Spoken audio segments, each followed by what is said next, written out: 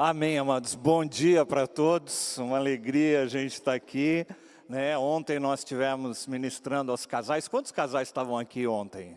Aí, tem alguns aí que estavam, né? Foi um tempo muito precioso. Ontem a gente teve aí a oportunidade de compartilhar um pouquinho daquilo que Deus tem colocado no nosso coração sobre casais, sobre família.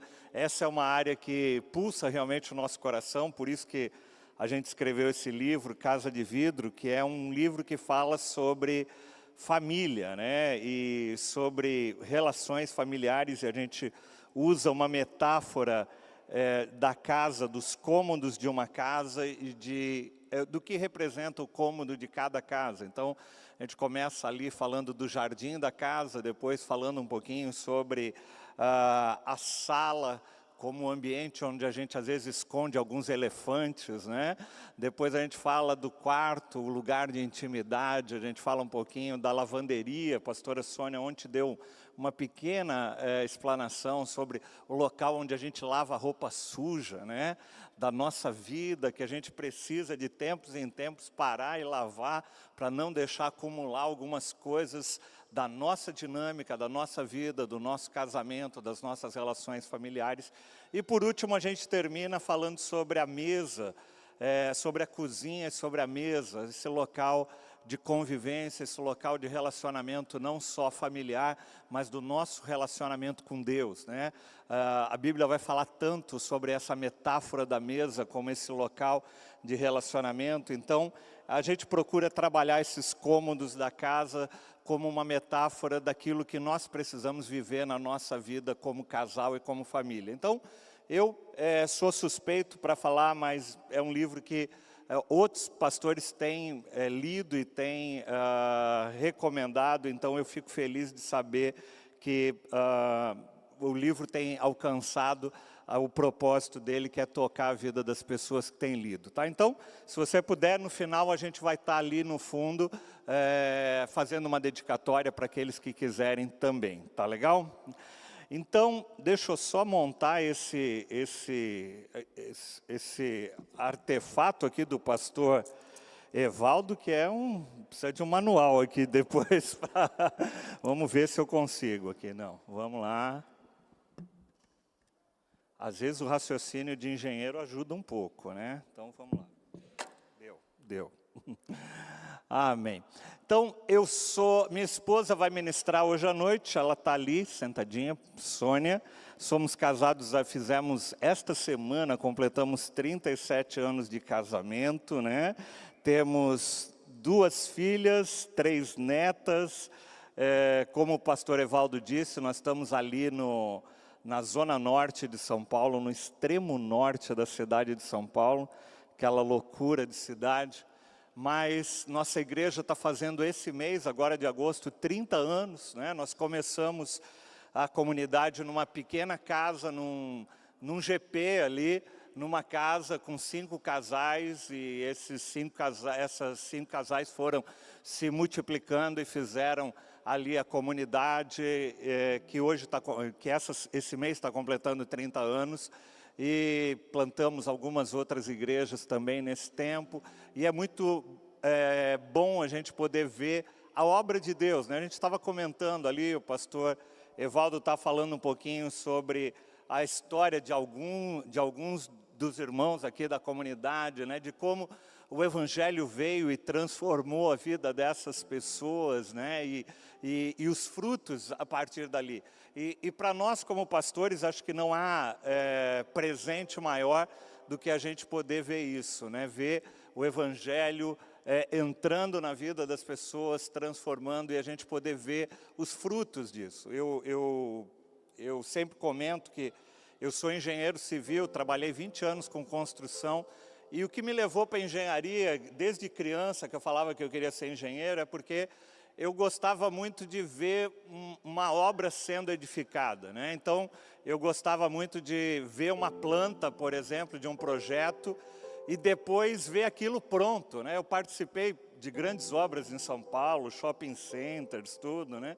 E era muito legal a gente poder ir, por exemplo, eu me lembro a inauguração de um shopping lá, quando nós estivemos, um shopping na região da Paulista ali, e quando eu fui convidado para o coquetel de inauguração do shopping, eu que tinha participado ali desde a origem da construção, ver aquele prédio pronto, né, todas as lojas prontas, né, aquilo era muito gratificante. Mas eu digo que quando Deus me chamou depois para o exercício do ministério e eu deixei a engenharia, eu falei que o meu prazer foi muito maior do que ver um prédio sendo construído, inaugurado, um shopping center, era olhar para a vida de uma pessoa e ver o que o Evangelho era capaz de fazer na vida daquela pessoa. Na transformação da vida, da família, dos filhos, né? A gente também tem tanta história de ver esse poder transformador do Evangelho quando Jesus entra na vida de uma pessoa e ele se rende ao amor desse nosso Deus maravilhoso, o que aquilo é capaz de fazer, a transformação, né?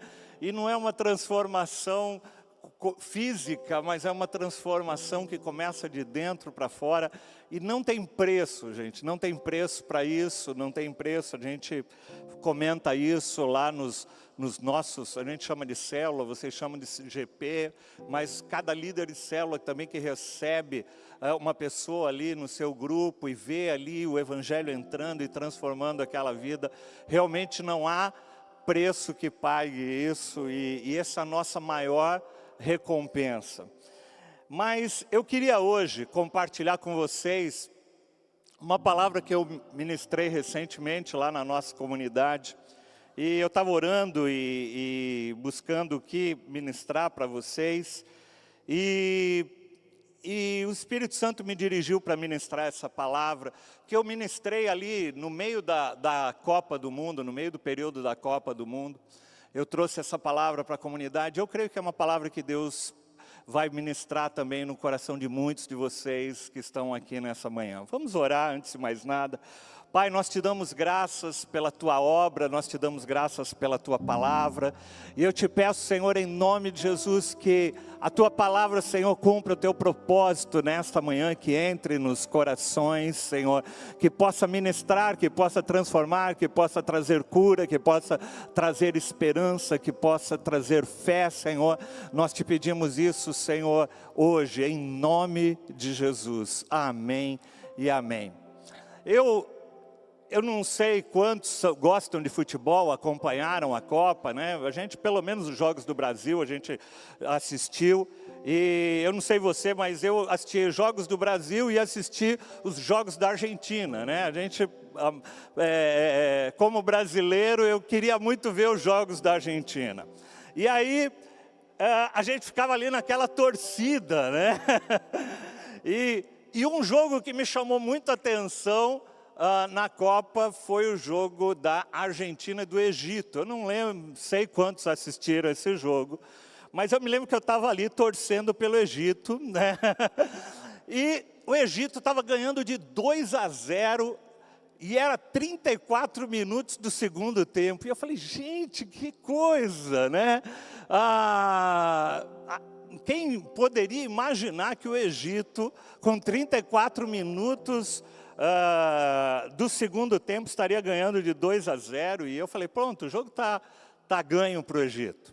E aos 34 minutos a Argentina marca um gol. Não sei quantos assistiram o jogo, mas, bem, um gol, tudo bem, né? Vai. De repente, passou 2 minutos, a Argentina empatou o jogo. Falei, meu Deus. E poucos minutos depois, a Argentina marcou o terceiro gol. Em poucos minutos, ela vira o placar adverso ali, perdendo de 2-0 para 3-2. E aquilo foi realmente surpreendente.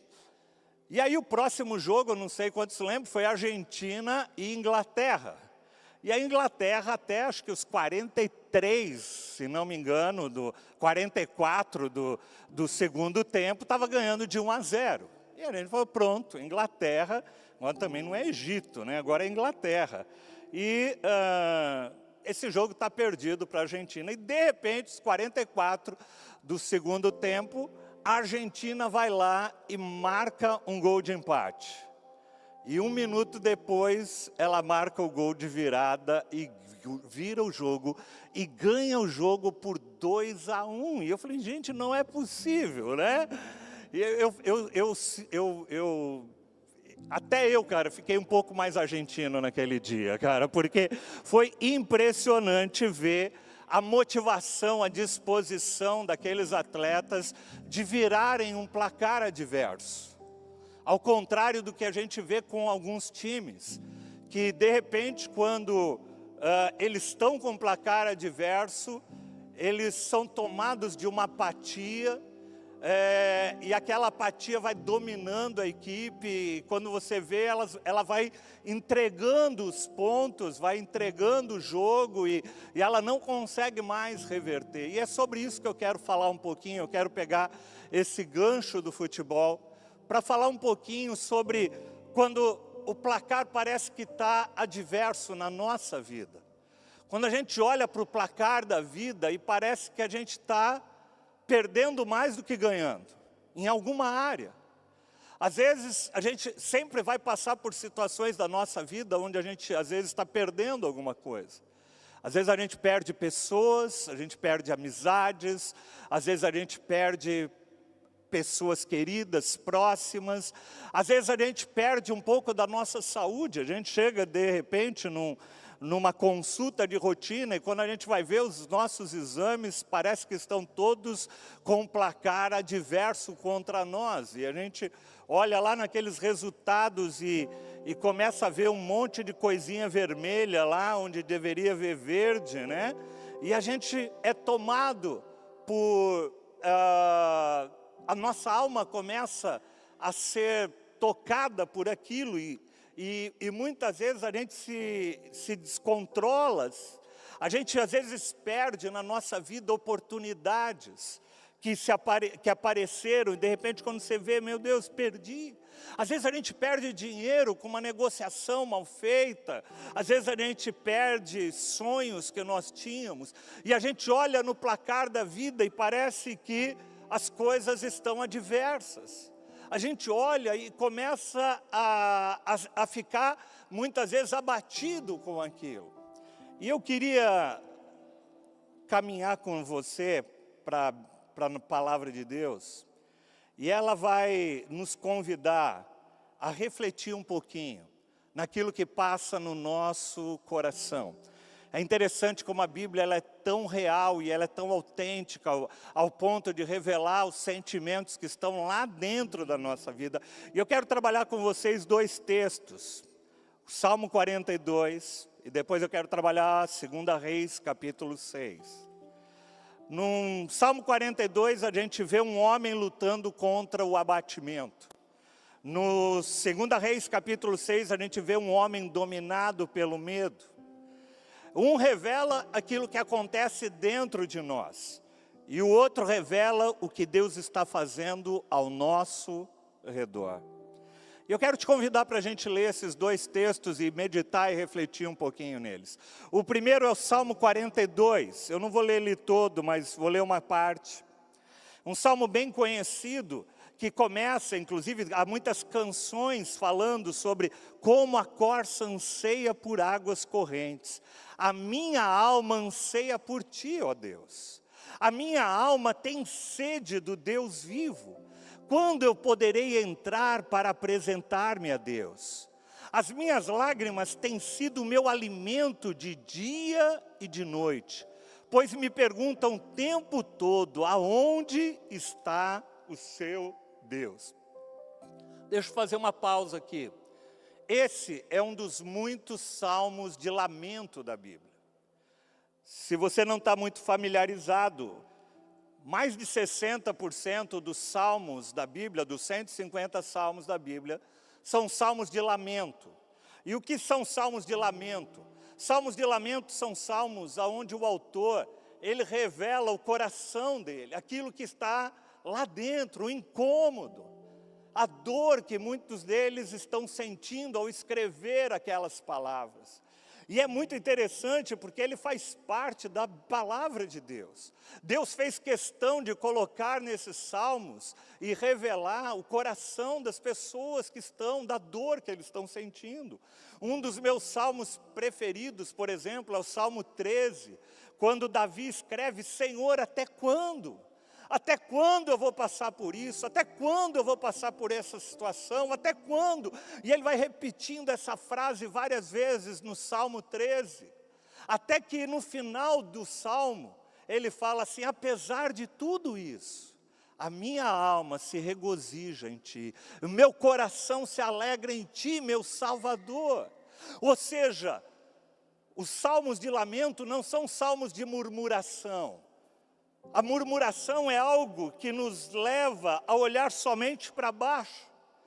Mas o lamento, ele revela o coração, mas aponta para o Senhor, para aquele local da onde nos vem o socorro, da onde nos vem a direção, da onde nos vem a motivação, a alegria, a fé para caminhar. Então, os salmos de lamento, apesar de eles revelarem a dor do nosso coração, e aí nós nos identificamos com ela, ele revela e aponta para um Deus que está acima dos problemas, que está acima das situações, que está soberano governando as nossas vidas. E é dentro desse contexto que a gente vê o salmista, por exemplo, falando da dor que ele está. Ele fala assim: as minhas lágrimas têm sido o meu alimento de dia e de noite. Olha que relato, que dor que ele está passando. Pois me perguntam o tempo todo: aonde está o teu Deus? Aonde está o teu Deus? Por que você está passando pelo que você está passando? Aonde está o teu Deus? É isso que o salmista estava vivendo. E ele fala assim: quando eu lembro dessas coisas, eu choro angustiado. Pois eu costumava ir com a multidão conduzindo a procissão à casa de Deus, com cantos de alegria, de ações de graça, em meio à multidão que festejava. O salmista, ele está lembrando aqui daqueles momentos de celebração. Ele falou: eu estou passando por momentos de angústia, de dor, mas eu me lembro da minha vida, eu me lembro do tempo de adoração, eu me lembro do tempo de ir ao culto, de celebrar junto com os demais irmãos. E aí, no versículo 5, que eu queria me ater um pouquinho mais com você, ele fala assim: por que você está assim tão triste, ó minha alma? E aí é interessante, porque a gente vê o salmista conversando com a sua alma e com o seu interior, e perguntando: por que você está tão triste? Por que você está assim tão perturbada dentro de mim, ó minha alma? Ponha a sua esperança em Deus, pois ainda o louvarei. Ele é o meu Salvador e Ele é o meu Deus. Em outras palavras, o salmista está nos ensinando a não nos permitirmos abalar pelo placar adverso. Se o placar da vida está adverso, se alguma coisa está adversa na nossa vida, não fique preso ao placar, não fique preso àquilo que você está olhando, que você está contemplando muitas vezes ao teu redor. A nossa alma tende a nos trair, a nossa alma tende a nos puxar para baixo, a nossa alma tende muitas vezes a nos ancorar nos nossos sentimentos. E aí o salmista fala: não faça isso. Alma, por que você está assim? Põe a tua esperança em Deus. O autor está discipulando a alma dele, levando a alma dele para olhar para aquilo que realmente nos traz esperança. Eu lembro do texto, lá fala do tempo de angústia, de dor, mas eu me lembro também daquilo que me traz esperança. E a gente nunca pode perder essa perspectiva. Eu me lembro, já que a gente começou falando sobre futebol, todo mundo lembra daquele 7-1 para a Alemanha. E você lembra você lembra daquele jogo, se você tem a imagem na sua mente, foi impressionante, o Brasil tomou um gol e o pessoal se desconcertou. De repente tomou 1 minuto, 2 minutos depois tomou o segundo, e eles ficaram paralisados. E aí vieram 3, 4, e foi um caos, porque foi uma apatia e uma paralisação geral. E é isso é a representação daquilo que acontece na vida de muitos de nós. Às vezes a gente recebe uma carta, recebe algo, recebe uma situação, e a gente paralisa e é tomado repentinamente pelo medo, e a gente paralisa. Eu lembro de uma secretária que eu tive, quando eu tinha minha empresa, e ela era muito trágica, né? E um dia ela relatou para mim um episódio que aconteceu com ela, né? Ela foi fazer um exame desses, acho que de mamografia, se não me engano, e ela foi pegar o resultado do exame. A hora que ela pega o resultado do exame, ela abriu o exame e leu: células cancerígenas. E ela fechou o exame e começou a chorar e chorar, e ficou desesperada. E o filho dela chegou no final da tarde em casa, e ela chorando, e aí ela falou, o filho falou: o que aconteceu, mãe, o que aconteceu? Eu estou com câncer, meu filho, tal. E aí o filho foi pegar o resultado do exame e leu, falou assim: mãe, você viu o que está escrito aqui?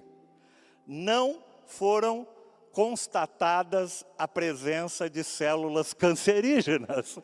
Ela só leu células cancerígenas, ela não leu o restante da frase. Às vezes, amados, a gente pega uma parte daquilo que está acontecendo, expande aquilo e paralisa a nossa vida. Uma situação adversa, todos nós vamos passar por adversidades.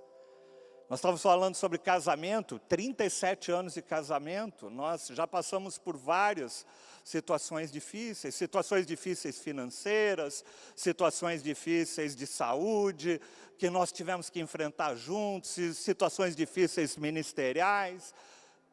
As situações difíceis, elas fazem parte da rotina da nossa vida. Jesus vai falar: no mundo tereis aflições, mas tende bom ânimo. É mais ou menos isso que o salmista está falando para a alma dele. Falou: opa, tem bom ânimo. Ele continua falando assim: a minha alma está profundamente triste. Profundamente triste. É interessante porque ao mesmo tempo que o salmista, ele permite expressar a tristeza, a angústia e a dor, ele nos mostra e nos aponta o caminho para a gente não ficar nesse lugar. Uma coisa é nós admitirmos, a outra coisa é nós permanecermos nesse lugar de angústia, de sofrimento, sem contemplar aquele que é o autor e o consumador da nossa fé. E eu queria ler um outro texto com você. Quando a gente está nesse momento, sabe, de Deus me abandonou, isso nunca vai mudar, a minha história acabou, o jogo acabou, não existe mais saída, as pessoas me abandonaram, e a gente vai sucumbindo diante dessas crises e dessas situações. O maior perigo da vida, amados, não é nós estarmos perdendo, é acreditar que aquele momento define a nossa identidade, aquilo que nós somos e a nossa fé. Mas tem um outro texto que ilustra um pouco isso de uma forma muito especial, que está lá em 2 Reis, capítulo 6, a partir do versículo 15. Certo dia, o povo de Deus acorda cercado pelos inimigos. Eles acordam numa manhã, o texto vai dizer que o servo do homem de Deus levantou-se bem cedo pela manhã. E quando saía, viu uma enorme tropa com cavalos e carros de guerra que haviam cercado toda aquela cidade. E então ele exclamou: ah, o meu Senhor, o que nós faremos? O que nós faremos diante desse cenário? O que nós faremos diante dessa situação? E é interessante, porque o texto diz que ele se levantou de manhã, ele foi dormir à noite, estava tudo bem. De repente ele acordou de manhã, havia um problema. E tem problemas que vão surgindo na nossa vida num piscar de olhos. Assim como num de repente de Deus, Deus intervém e muda uma história.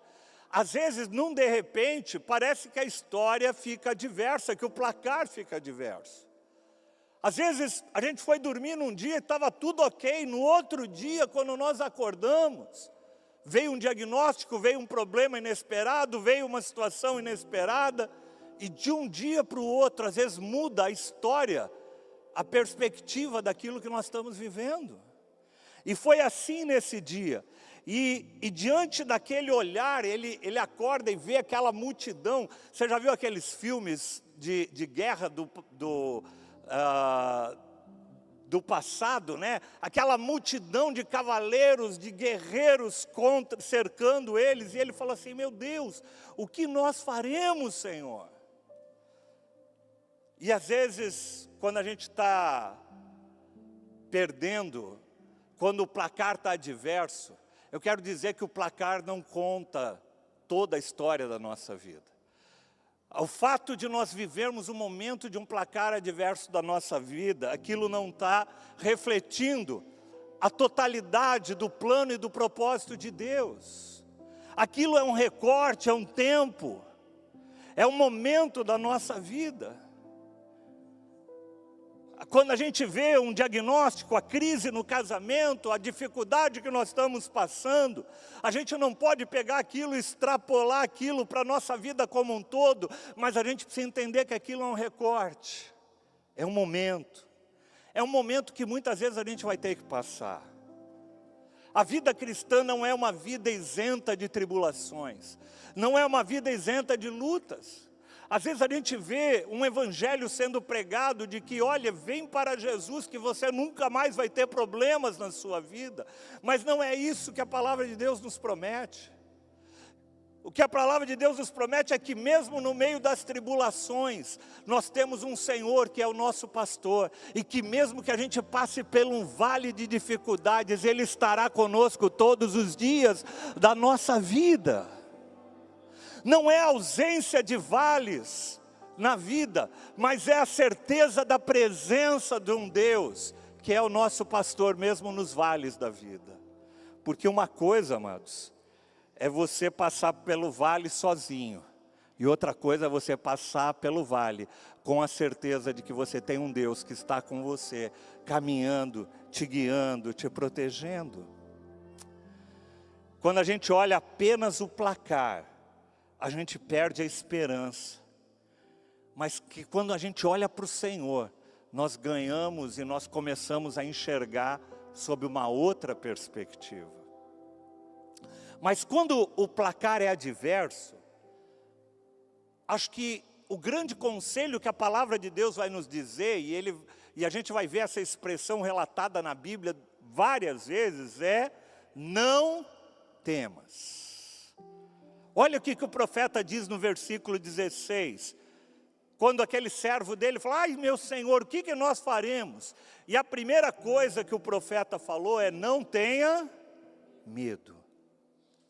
Não tenha medo. Essa é a primeira expressão que o profeta usa. O profeta não vai apontar imediatamente as soluções. A primeira resposta dele é: não tenha medo.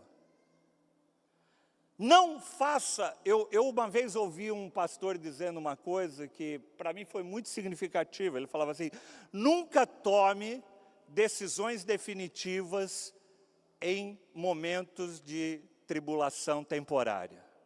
Nunca tome decisões, você fala, não, eu vou fazer isso, eu vou fazer aquilo, e você começa a tomar decisões na tua vida radicais, por causa de algo temporário que você está passando. Não tenha medo.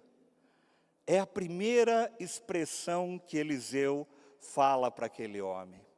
Não tenha medo. E aí ele continua e fala: pois aqueles que estão conosco são mais numerosos do que aqueles que estão com eles. Não tome decisões precipitadas, não abandone a sua família, não largue a igreja, não negocie princípios e valores na tua vida. Às vezes nós somos tentados a negociar princípios, a negociar valores por causa de situações adversas, temporárias que nós estamos passando. Quem perde a paz, geralmente também perde a capacidade de reagir. Quando a gente é tomado pelo medo, nós perdemos a capacidade, a nossa mente fica ofuscada. E aí é interessante, porque Eliseu, ele está vendo algo que o servo dele não está vendo. Ele tem um treinador que está vendo as situações e o jogo por outra perspectiva. Às vezes, se você pensar no contexto de um jogo de futebol, o jogador está ali imerso no campo e ele está dentro da posição dele, olhando a partida por um determinado ângulo. Mas o técnico, ele está fora e ele está olhando sobre outra perspectiva. E a gente precisa entender que nós temos um Deus que está olhando e cuidando para a nossa vida sob uma outra perspectiva, e não sob a nossa perspectiva natural. Eliseu está olhando aquilo que os olhos daquele servo não conseguem enxergar. E ele diz: maior são aqueles que estão do nosso lado do que aqueles que estão contra. Quando a gente vê apenas o jogo, a gente perde a esperança. Mas quando a gente crê naquele que está nos treinando, no nosso grande treinador, a nossa esperança é renovada e nós começamos a acreditar naquilo que nós não estamos enxergando. E aí a grande virada começa quando Deus muda a nossa visão. Ele diz assim, em 2 Reis, no versículo 17, Eliseu orou e disse: Senhor, abre os olhos dele para que ele veja. Olha que interessante, ele não faz uma oração surpreendente, Eliseu não faz uma oração: Senhor, elimina o exército inimigo. O que Eliseu fala: abre os olhos para que ele veja. Sabe, amados, o que Deus quer fazer conosco? Desvendar e abrir os nossos olhos, tirar muitas vezes aquilo que ofusca a nossa visão, que a gente não consegue enxergar direito, a gente não consegue contemplar e ver aquilo que Deus está fazendo ao nosso redor, na nossa vida, na nossa casa. Eu gosto do texto de Hebreus capítulo 12, quando ele começa falando assim: vocês que estão rodeados de uma tão grande nuvem de testemunhas. E aí ele começa: livre-se de tudo aquilo que te atrapalha e do pecado que te paralisa. E aí ele fala assim: mantenha os teus olhos fixos em Jesus Cristo, o autor e o consumador da sua fé. Mas é interessante porque ele começa o texto falando assim, uma vez, portanto, ele começa: portanto, vocês que estão envoltos em uma tão grande nuvem de testemunhas. E esse portanto é um advérbio de ligação entre o que vem anteriormente e aquilo que ele está falando. E o que vem anteriormente é a descrição dos heróis da fé. É a galeria dos heróis da fé de Hebreus 11. E quando ele entra no capítulo 12, ele fala assim: olha, você tá prestando atenção em tudo aquilo que eu falei no capítulo 11? Em todos aqueles homens que passaram por adversidades, por lutas, por problemas e que permaneceram firmes? Então, permaneça da forma como aqueles homens caminharam. E aí ele fala assim: livre-se de tudo aquilo que te atrapalha. E muitas vezes a gente tem coisas nas nossas vidas que vai nos atrapalhando. Ele fala: livre-se de tudo aquilo que te atrapalha e do pecado que te envolve. O pecado é um grande obstáculo para a gente avançar. Mas tem coisas que não são pecados, que nós também precisamos nos livrar. Às vezes de sentimentos, às vezes de situações do nosso coração, às vezes de uma alma que está nos ancorando e nos aprisionando nos nossos sentimentos, nas nossas angústias, nas nossas dores, e a gente está paralisado ali. Por isso que o autor de Hebreus vai falar: livre-se daquilo que te atrapalha, do pecado que te envolve, e continua a carreira, a jornada, com os teus olhos fixos em Jesus Cristo, o autor e o consumador da sua fé. Eliseu vai falar: Senhor, abre os olhos dele para que ele veja. E então o Senhor abriu os olhos daquele rapaz, que olhou e viu as colinas, e viu que elas estavam cheias de cavalos e carros de fogo ao redor de Eliseu. E Eliseu fez uma oração surpreendente: Senhor, elimina. Eliseu não faz aquela oração: Senhor, elimina o meu exército, esse exército. Ele fala: abre os olhos dele. Muda a perspectiva.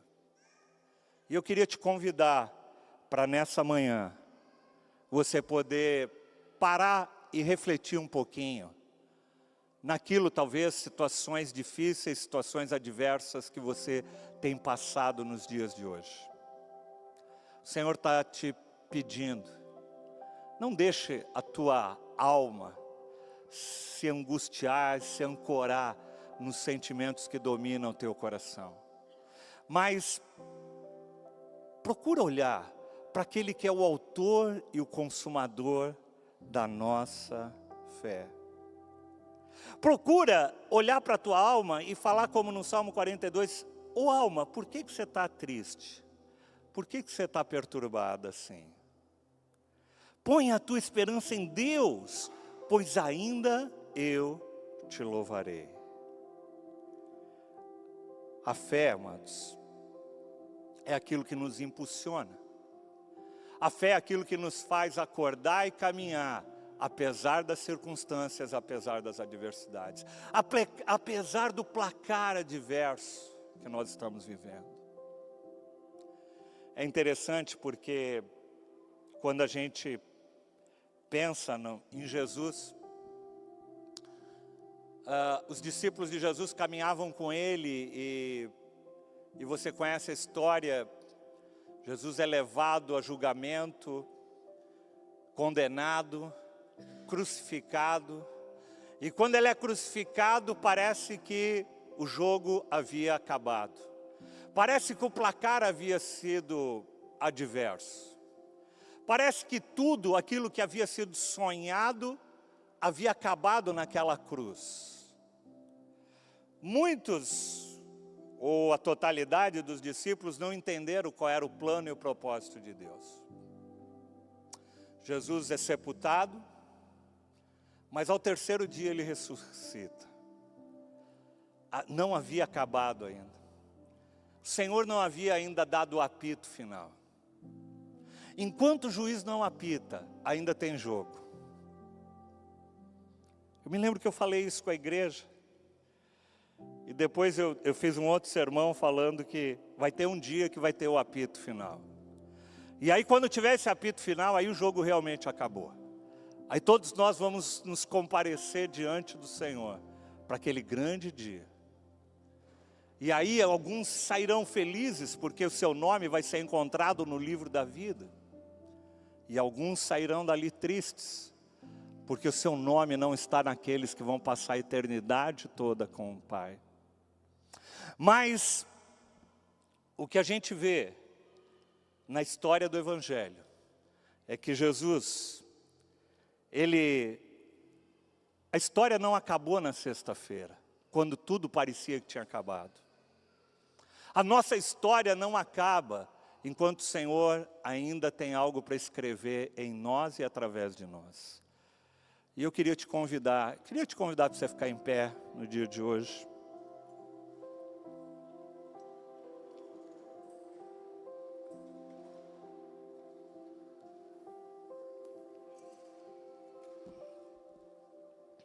Queria que você fechasse teus olhos.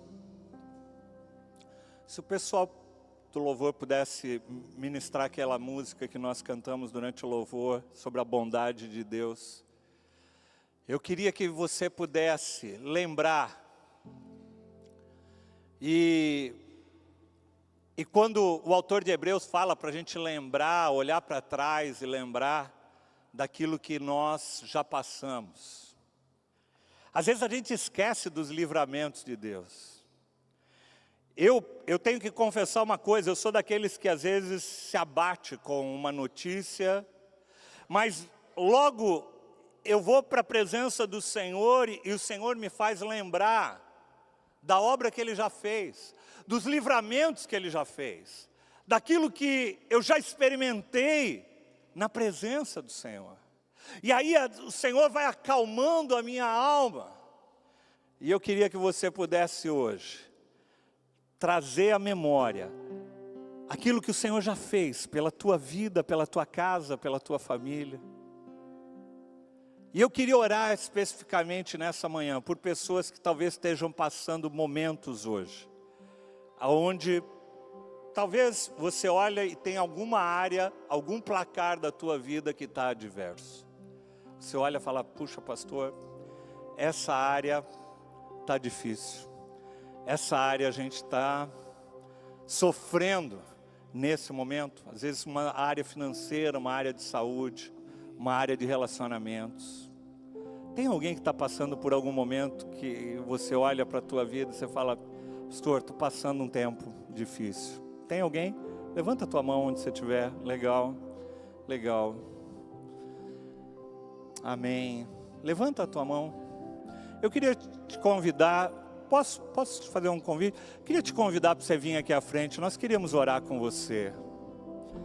E eu queria que você desse um passo aqui à frente, não porque aqui na frente tem algo diferente, mas só pela iniciativa de a gente poder assumir diante do Senhor, falar, Senhor, eu tenho uma área que está doendo, eu tenho uma área que está difícil, eu tenho uma área que tem,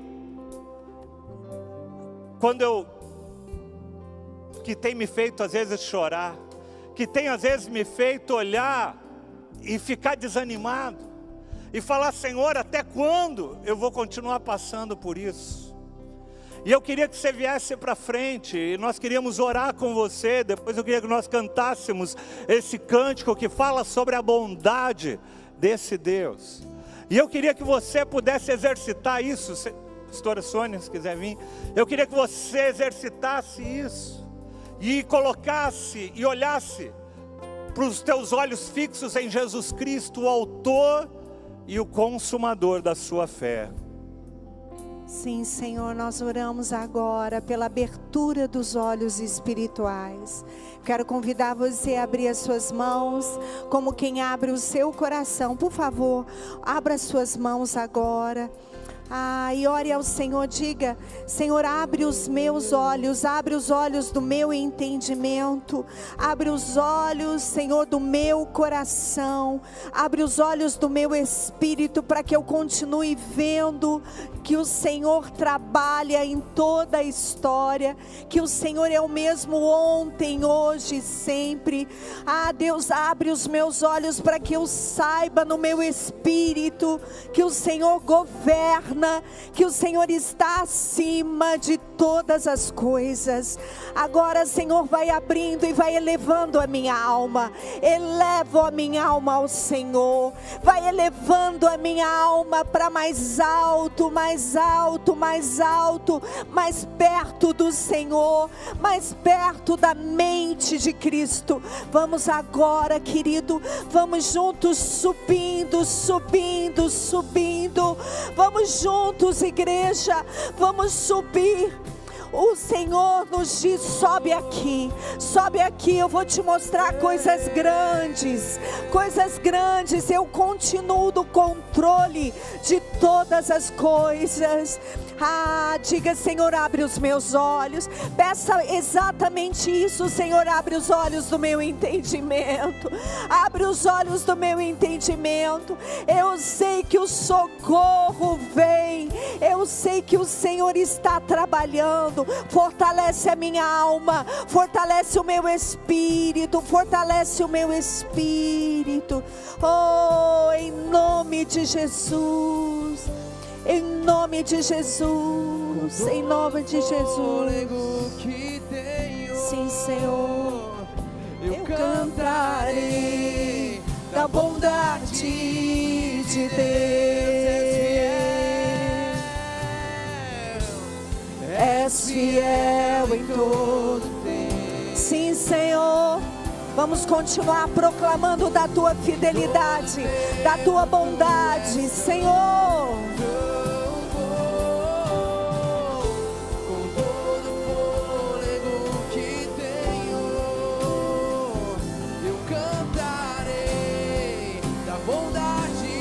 Cante esse cântico como a tua oração nessa manhã. Uou!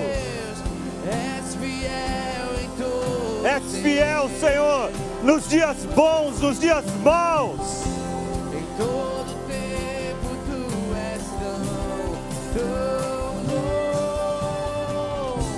Com todo fôlego que tenho, eu cantarei da bondade de Deus. Tua bondade,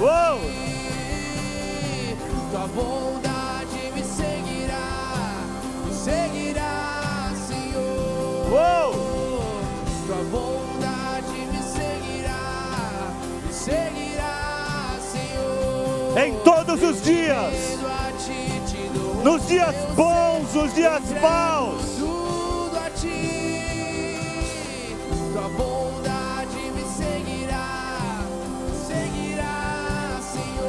Tua bondade me seguirá, Senhor. Tua bondade me seguirá, Senhor. E eu me rendo a ti, te dou o meu ser, entrego tudo a ti. Tua bondade me seguirá, Senhor. Aleluia. Lembre-se, o juiz ainda não apitou o final do jogo. O placar que você está vivendo não define o resultado que Deus tem para você. Não se deixe abalar pelo placar, mas abra os seus olhos e olhe para o autor e o consumador da sua fé, Jesus Cristo, acima de todas as coisas. Que Deus te abençoe, Pastor Evaldo.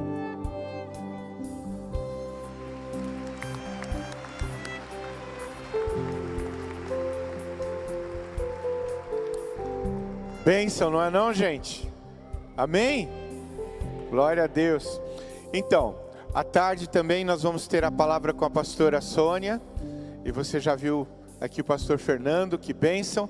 Eles vão estar ali à frente, na saída, nas portas, autografando os livros deles. E eu queria encorajar você a estar adquirindo, nessa vibe do que você ouviu aqui, também os livros que eles trazem para nós. Na livraria? Então vão estar na livraria lá, para a assinatura, para o autógrafo. E vão estar aqui à tarde. Amém, gente? Deus abençoe você. Uma semana na presença do Senhor, uma semana na proteção dEle. Em nome de Jesus. Amém. Deus te abençoe.